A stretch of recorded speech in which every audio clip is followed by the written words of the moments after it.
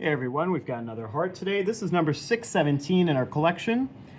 And the heart would have sat roughly in the chest as it lays, but a quick teaser and preview of what we will be highlighting. This is a specimen with a right aortic arch. We know it's a right arch because this arch courses over the right mainstem bronchus, and here's the trachea back here.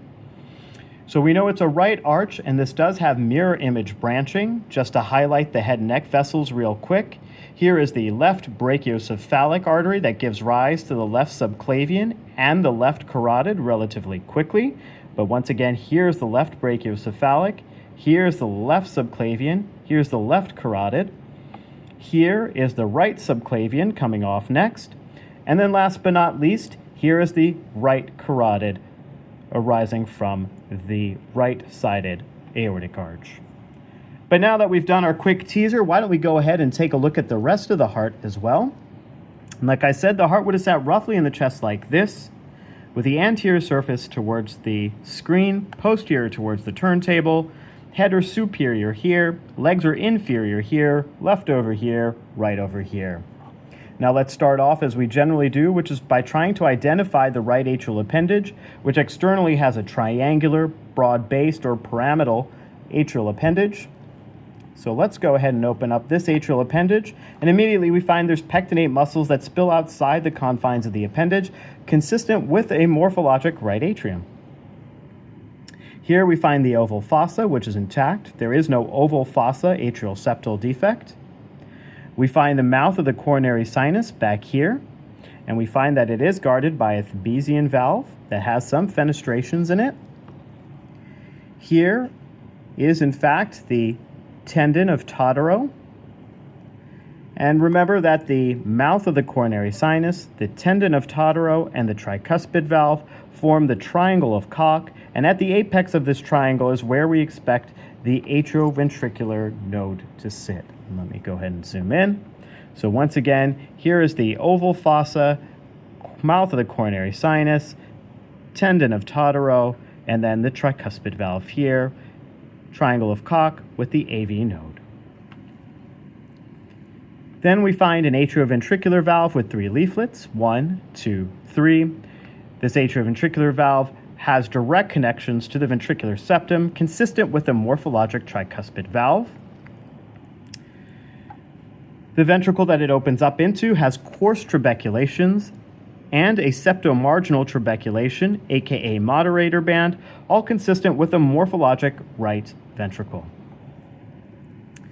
Then we come across our first arterial valve here, which has 3 leaflets, 1, 2, 3, with 3 sinuses, 1, 2, and 3.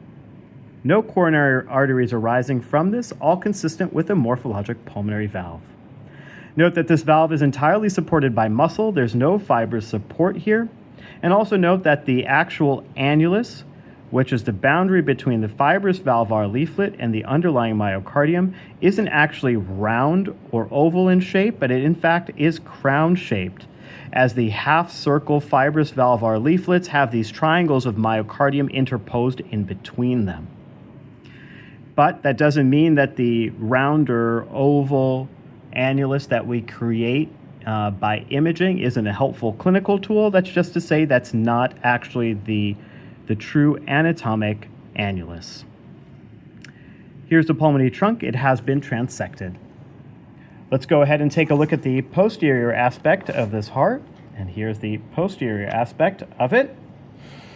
Now let's find the other atrium. And here we find a second atrium. And here's a smooth-walled atrium. And we find the left atrial appendage here. And we find that all the pectinate muscles are confined within the appendage itself, all consistent with a morphologic left atrium. And here we can see some pulmonary veins draining into the roof of the left atrium. And then here, obviously, is the mouth of the left atrial appendage. Then we find the left atrioventricular valve, which does have 2 leaflets, 1, 2, and no direct connections to the ventricular septum, all consistent with the morphologic mitral valve. And we see that the ventricle that it opens up into has fine crisscross trabeculations consistent with a morphologic left ventricle.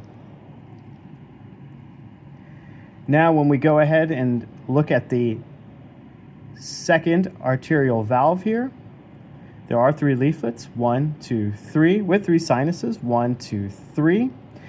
And we see that this arterial valve is not entirely supported by muscle, as it does have some fibrous continuity with the anterior leaflet of the mitral valve, all consistent with a morphologic aortic valve. And here we see a coronary artery arising from within the sinus. You can also see evidence of endocardial fibroelastosis here on the papillary muscles, here on the ventricular septum, and here in the ascending aorta as well. There also appears to be some sort of communication between the 2 ventricles. Let's go ahead and probe it. We really didn't see it from the other side because it is quite sneaky and lives right behind this tricuspid valve, and it's barely seen even when we move that.